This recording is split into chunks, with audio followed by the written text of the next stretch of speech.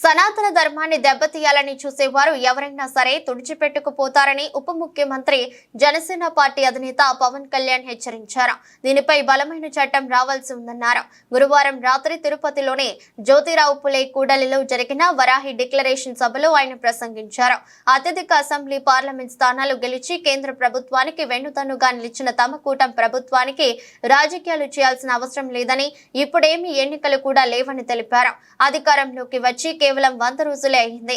ఎన్నికల్లో అభివృద్ధి సంక్షేమాలపై ఇచ్చిన హామీలను ఎలా నిలబెట్టుకోవాలా అన్న దాని గురించి ఇప్పుడు మేము ఆలోచిస్తున్నాం.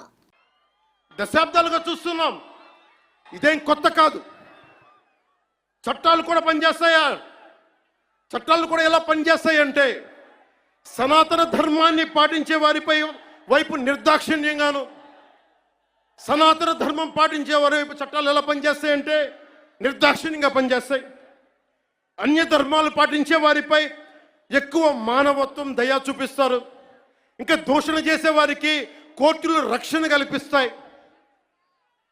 అయిన వాళ్ళకి ఆకులు, కాని వాళ్ళకి కంచాలు. ఇప్పుడు అది కూడా పోయింది, ఆకులు కూడా పోయింది. చేతుల్లో పెట్టి నాక్కోమంటున్నారు సనాతన ధర్మాన్ని ప్రాక్టీస్ చేసేవాళ్ళు. ఇదన్నా సరదాగా చెప్పట్లా. ఈ స్టేట్మెంట్ని సబ్స్టాన్షియేట్ చేయడానికి చిన్న ఉదాహరణ. ఈ మధ్యన ఒక యువ నాయకుడు అన్న మాటలు, సనాతన ధర్మం ఒక వైరస్, దాన్ని అంతం చేస్తాం.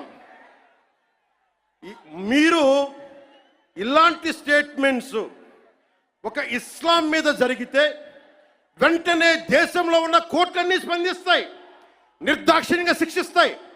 కానీ సనాతన ధర్మాన్ని బూతులు తిట్టండి, శ్రీరామచంద్రమూర్తిని పాదరక్షలతో కొట్టండి, అమ్మవారిని తిట్టండి, సరస్వతి అమ్మవారిని ఏదైనా చేయండి, ఒక్క కోర్టులు భయపడతాయి కోర్టులు కూడా.